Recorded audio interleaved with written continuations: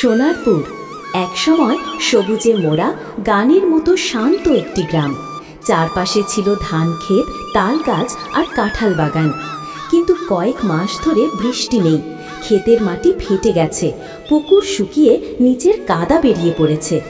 মানুষের মুখে আর হাসি নেই, শুধুই হাহাকার, কষ্ট আর হতাশা। তুমি কিছু একটা করো, এইভাবে তো আমরা মরব। ঠিক বলেছ, অন্য গ্রামে যেতে হবে কাজের সন্ধানে, না হলে আমরা না খেয়ে মরে যাব। কাল সকালে ভগবানের নাম নিয়ে বেরিয়ে পড়ো, দেখবে ঠিক একটা কাজ জুটে যাবে। ঠিক আছে, কাল সকালেই যাব। তুমি সাবধানে থেকো। তুমি আমার কথা চিন্তা করো না, ঘরে যা আছে আমার কদিন চলে যাবে। আমার ফিরতে দেরি হলে কি করবে? ঘরে যা চাল আছে কয়েকদিন তোমার চলবে, তারপর কিভাবে চলবে তোমার? তুমি কোনো চিন্তা করো না, আমি কিছুদিন বাপের বাড়ি থাকব, তারপর তোমার কাজ হলে আমাকে নিয়ে যাবে। ঠিক আছে, যেটা তোমার ভালো হয় সেটাই করো। এখন তাহলে শুয়ে পড়ো, কাল ভোরবেলায় উঠতে হবে। ঘরে স্ত্রীকে রেখে একটা পুরনো কাপড়ের ব্যাগ হাতে নিয়ে সে বেরিয়ে পড়ল। হেঁটে জঙ্গল, নদী, শুকনো মাঠ পার হয়ে সে পৌঁছল এক নতুন গ্রামে, সতীপুর। এখানকার বাতাসে যেন একটা আলাদা গন্ধ আছে। একজন আসছে, একবার জিজ্ঞেস করে দেখি কোনো কাজ পাওয়া যায় কিনা।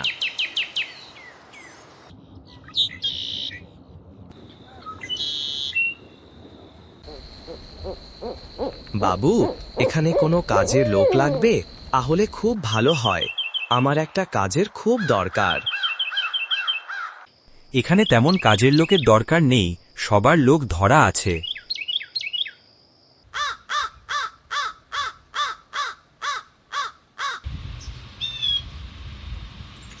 কোথাও কাজ নেই, থাকার জায়গা নেই, রোদ মাথায় পড়ছে। ক্লান্ত অমিত বটগাছের ছায়ায় বসে পড়ল। এই সকালে না খেয়ে কোথায় যাচ্ছ? জমিতে যাচ্ছি, ফিরে এসে খাবো।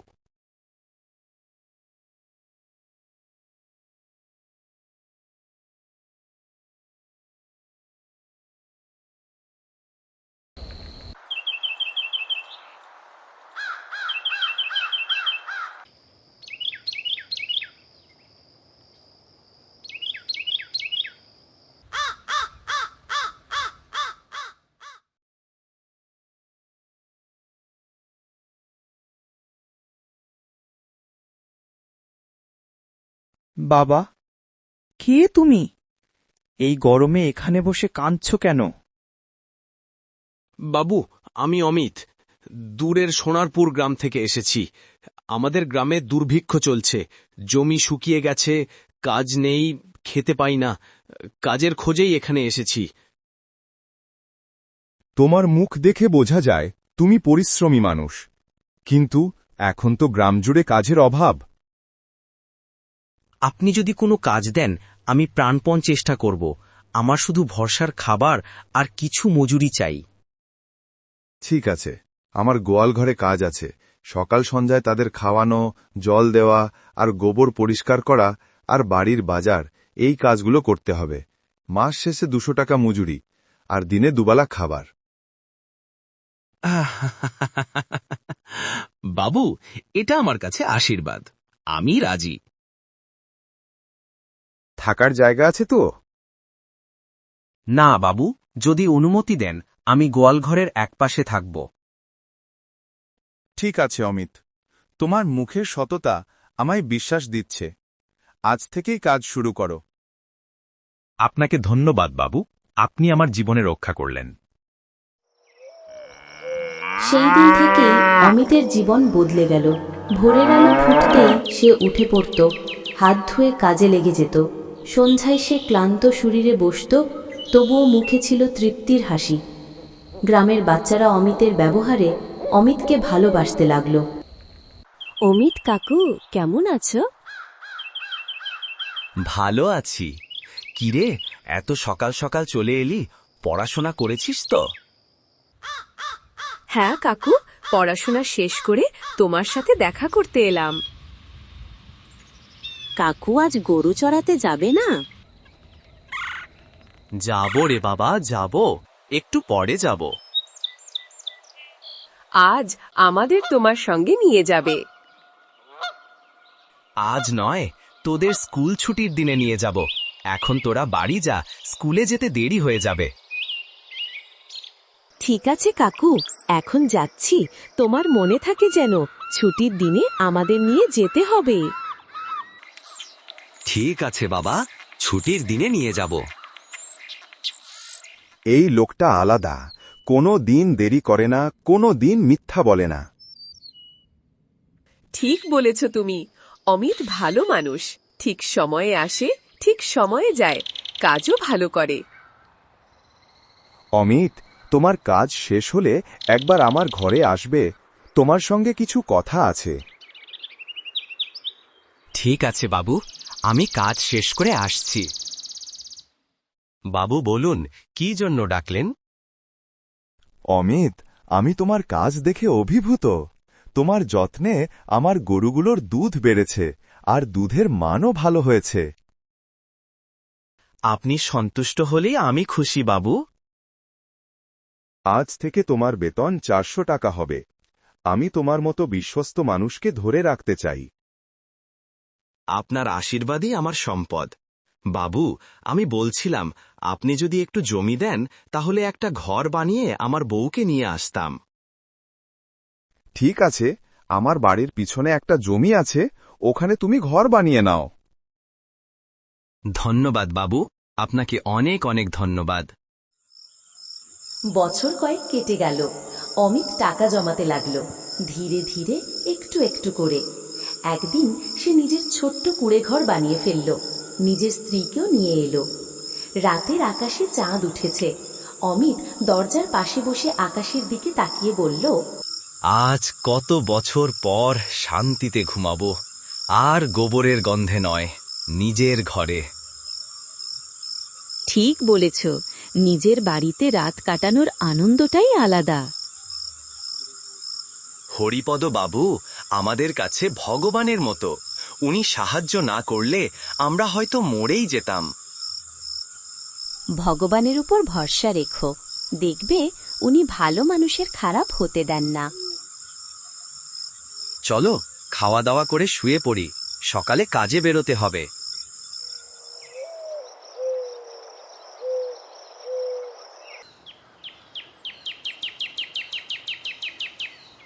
অমিত, নতুন ঘরে কেমন লাগলো? বাবু, খুব শান্তিতে ঘুমিয়েছি। কোনো অসুবিধা হলে আমাকে বলো। বাবু, আজকাল গ্রামে চুরি বেড়ে গেছে। আমার ঘরে কিছু টাকা জমা আছে, কিন্তু ভয় হচ্ছে চুরি হয়ে না যায়। হ্যাঁ, শুনেছি গত সপ্তাহে নিহার দত্তের বাড়িতেও চুরি হয়েছে। আমার মনে হয় তুমি টাকা নিরাপদে রাখার কথা ভাবছ, ঠিক করছো। তাই ভাবছিলাম যদি কোথাও নিরাপদে রাখতে পারতাম। এই গ্রামে বিশ্বনাথ রায় আছেন, মানুষ ভালো, পাহারাদার আছে, বাড়ি মজবুত, তুমি সেখানে রেখে দিতে পারো। ঠিক আছে বাবু, আমি কালই যাব। পরের দিন সকালে অমিত গেল বিশ্বনাথ রায়ের বাড়ি। বাড়িটি বিশাল, বড় ফটক, বাগান, পাহারাদার। কে তুমি? কি চাও? আমি অমিত, হরিপদ মল্লিকের লোক। বিশ্বনাথ বাবুর সঙ্গে দেখা করতে এসেছি।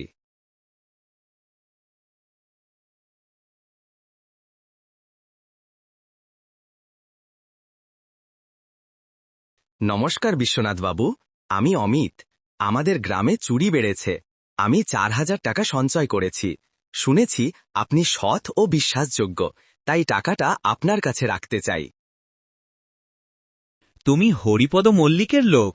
তাহলে চিন্তা করো না, তোমার টাকা আমার কাছে থাকবে, কাগজ লাগবে না, আমি এক কথার মানুষ। ধন্যবাদ বিশ্বনাথ বাবু, এই নিন আমার টাকা।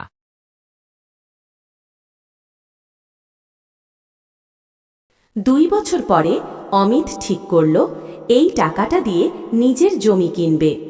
সে আবার বিশ্বনাথ বাবুর বাড়িতে এলো। বিশ্বনাথ বাবু, আমি অমিত। আপনি মনে আছেন? আমি 4000 টাকা আপনার কাছে জমা দিয়েছিলাম। কে তুমি? আমি তোমাকে চিনতে পারছি না। আমি হরিপদ মল্লিকের লোক। আপনি নিজে বলেছিলেন টাকা নিরাপদে থাকবে। তুমি কি কোনো প্রমাণ দেখাতে পারবে? আমি তো কাগজে লেনদেন করি। না, আমি বিশ্বাস করে দিয়েছিলাম। তাহলে এখন মিথ্যা অভিযোগ আনছ? পাহারাদার, এই লোকটাকে মেরে বার করে দাও।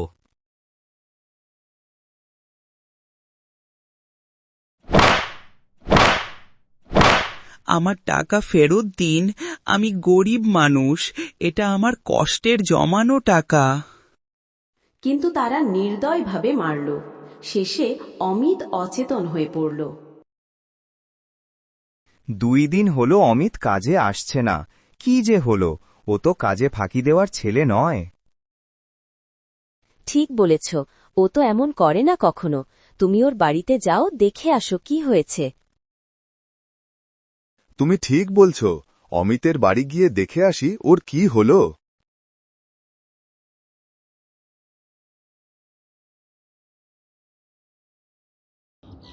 দুই দিন অমিত কাজে আসছে না। খুব চিন্তিত হলেন হরিপদ মল্লিক এবং নিজে এলেন অমিতের বাড়ি অমিতের খোঁজ নিতে।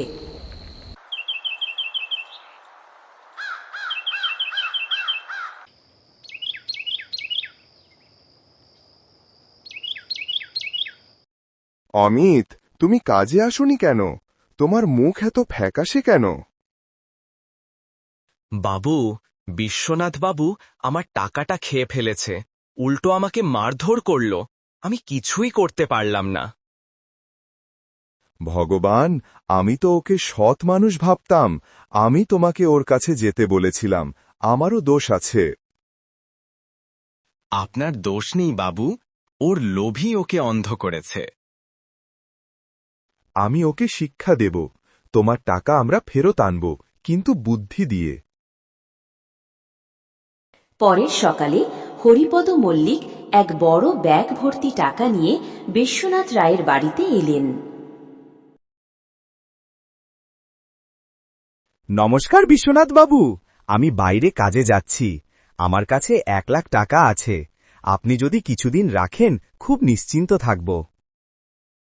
অবশ্যই হরিপদ বাবু, আপনার টাকা আমার কাছে নিরাপদে থাকবে।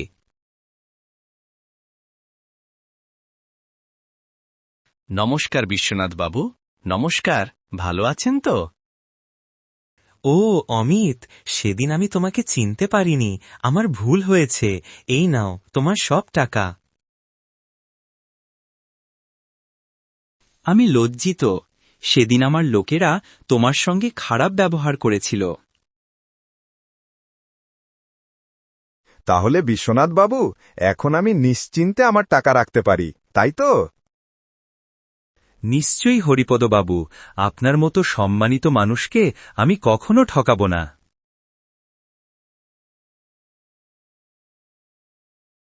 বাবু, খবর এসেছে যে জমিটা কিনবেন তার মালিক নিজেই আমাদের গ্রামে আসছে।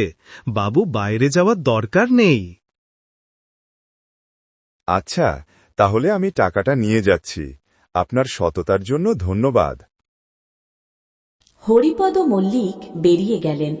বিশ্বনাথ রায় অবাক হয়ে দেখল সে নিজেই নিজের লোভের পাদে পড়েছে। অমিত তার টাকা দিয়ে জমি কিনল।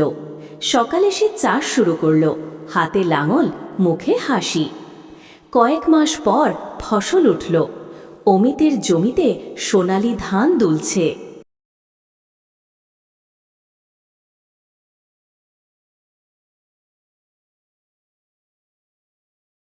দেখলে অমিত, যারা পরিশ্রম আর সততার পথে চলে তাদের পাশে ঈশ্বর থাকেন।